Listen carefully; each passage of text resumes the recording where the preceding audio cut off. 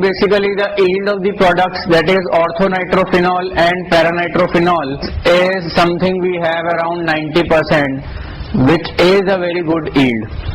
So now the question which I raised just now was that when you carry out the nitrosation first, then you carry out the nitration with the dilute HNO3, why do we get a better yield?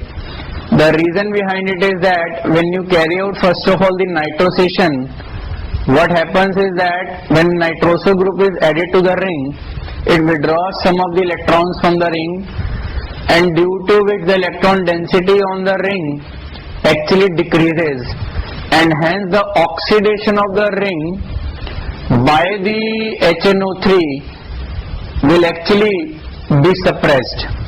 So therefore, this is the reason actually that for better yield, you first of all introduce one electron withdrawing group into the ring, and then you carry out the nitration reaction. So now, if you add, now what we are going to do is that we'll be adding the complete reagent of the nitration, which we use generally as the concentrated HNO3, and we use concentrated H2SO4. So you have now phenol, and what you are going to use over here is that you will be using concentrated H2SO4 and concentrated HNO3.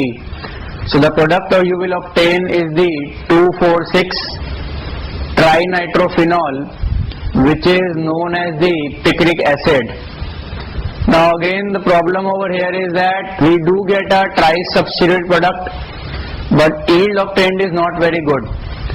So again we have to think about a method where we can have the better yield of the picric acid, which is known as 2,4,6 trinitrophenol. Now for the better yield, what we are gonna do over here is that we will be adding the same reagent, that is concentrated H2SO4 and concentrated HNO3, but we will not be adding these two reagents together.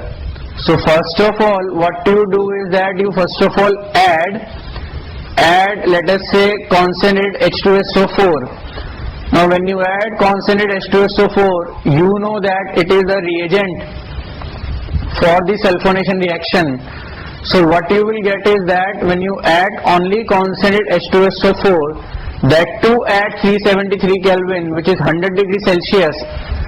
So what you will get is the first of all the sulfonated product, which we will be having as the orthohydroxybenzene sulfonic acid and para-hydroxybenzene sulfonic acid. Now again, in this case, if you see that I have taken temperature as 373 Kelvin. So therefore, just now I told you that if you carry out the sulfonation of phenol at 100 degrees Celsius, we get the para product as the major product. So therefore the products which we have obtained, that is orthohydroxybenzene sulfonic acid and the para-hydroxybenzene sulfonic acids, out of these two, the para isomer will be a major product. Now what you do is that you add concentrated HNO3 now.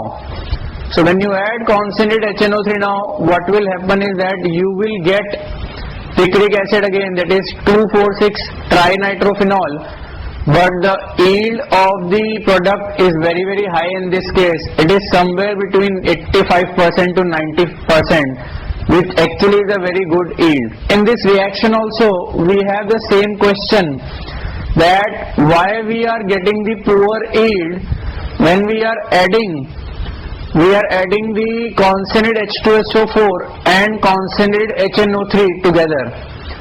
So the reason behind it is basically that again you have the nitric acid, that is HNO3, which is a good reducing agent, which is a good oxidizing agent, and we know that in the phenol on the ring we will be having a high electron density.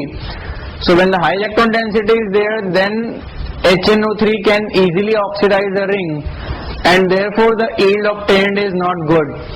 And that is why when you carry out first of all the sulfonation, what is happening is that the the electron withdrawing group in the ring is being introduced.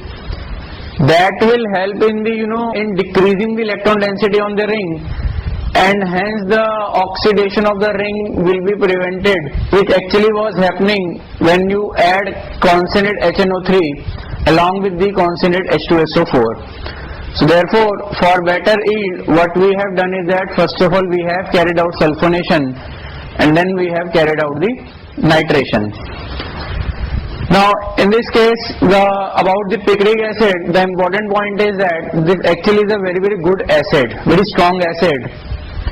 The reason behind it is that we have the 3 electron withdrawing groups, which are 3 NO2 groups, nitro groups, due to which they will withdraw electron from the ring, and hence the bond between the OH will be easily cleaved, and hence the release of the H plus ion will become easy, and thus it is a strong acid.